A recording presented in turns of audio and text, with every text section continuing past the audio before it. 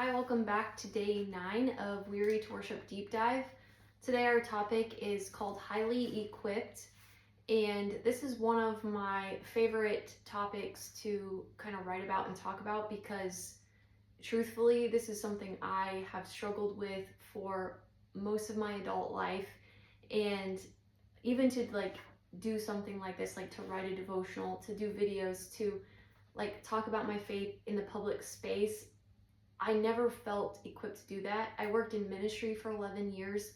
I ended up, I was in a leadership position in children's ministry, and I was on leadership teams, and I was a part of things that at the time I just felt like, what am I doing here? I'm not equipped for this. I'm not gifted in these ways. Like, what am I doing in this seat? This doesn't make sense to me. And it's because I had the wrong perspective. And sometimes I still do, and I bet some of you do as well, where we look at our human abilities and what we think we're capable of, and we just feel disqualified. Like, I'm not equipped, I'm not qualified to do anything special because I'm not special. Like, I'm actually I'm an introvert, or I just don't really have a lot of skills, or you compare yourselves to other people, like they're way better at doing that thing, or I could never do what they do. Like, I'm just not brave enough, I'm not talented enough. And the thing is that we're looking at it the wrong way. It's all about perspective. Because the thing is when we think those things, it's because we're thinking through our own lens, our own strength. You're right, you probably don't have the ability to do some of those things. But if God is calling you to do something, and He's led you to a place that you're at, and you feel that nudging to do something, to say something, to try something new, you have to remember that you have to tap into His power.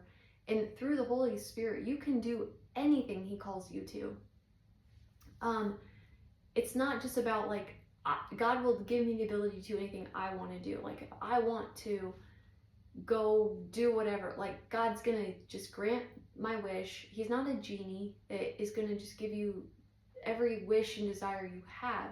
But when He calls you to something, when He's leading you to something, and He's giving you the gifting and the ability to do it, it's in His power, it's in His strength, it's not your own. So you don't have to rely on yourself to do it. I think as I've grown and matured, I realized, when I talk about things, when I teach lessons, occasionally if I still teach kids at church or whatever, I think about the fact that I don't have to have the words perfectly polished and put together to teach this lesson, because God has given me the wisdom and the truth to give. And I also believe that He's going to help speak through me, and He's going to give me the ability, the voice, the enabling to do that. And it's true with any aspect of our lives.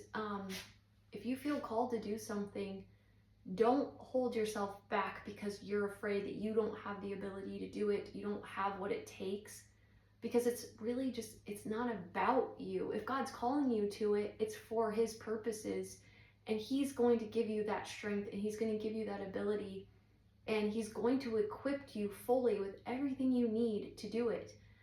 And you have to trust in that, and not so much in yourself. When we trust in ourselves and we think that we can figure it out, we can have the ability, we can work on these things and become the person we want to be, it's all self-centered and focused on us. And most of the times we will fall flat, we will fall short, because we're trying to go it alone and do it in our own strength. And God, when He's putting a nudging on your heart and asking you to do something, it's for His purposes and His glory. He's just using you as an instrument to do it, which means He's going to give you everything you need to do it. You just have to trust in Him, and trust that that's where your strength comes from, where your abilities and your giftings come from, and it's for His purposes. So you can just trust in that and let go. It helps you to have more courage. It helps you to put less pressure on yourself. It helps you to do the hard things, the uncomfortable things, because you know He's going to carry you through it and give you everything you need to do that. And I just want to remind you, so in the devotional today, I actually gave some examples. When you read stories in the Bible, I think as kids we hear these stories like David and Goliath, Daniel in the lion's den. We hear these big epic stories and we're like, we don't often equate those people as being real people. We think of them as just being storybook characters. But the Bible is true and everything in it is true. And the people that are talked about in the Bible, they were real people that lived and breathed on this earth. And also something to remember is that those people in their own like abilities and strengths, they weren't overly special people. We think of like King David, right? And we hear these epic stories when he was young, he slayed a giant with a simple stone. But we have to remember it was his faith in God and the strength of God working in him that allowed him to do those things, that allowed him to have the success he had as a king, to do the things he did. You know, Daniel coming out of the lion's den without a single mark on him. It wasn't because he had some special way about him that kept the lions from him. It was God's power in him. It was God's protection over him. I love the story of Esther, Queen Esther. She was actually a child. She was like 13 years old when she became queen, and she went to the king, and which was like something very uncommon that wasn't even allowed at the time. And she went before him in her courage and asked him to free the Jews.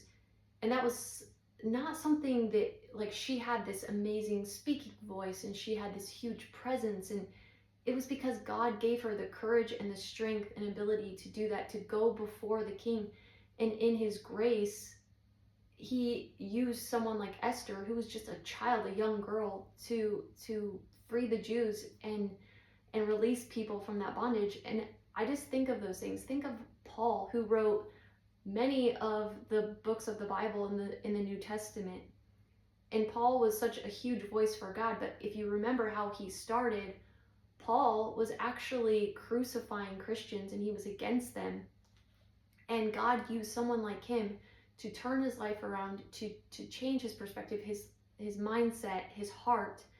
And he became a great teacher and leader and led many people to Christ. And even in his prison cell, he was writing books of the Bible and pointing people towards Jesus and discipling them. And I just think of that.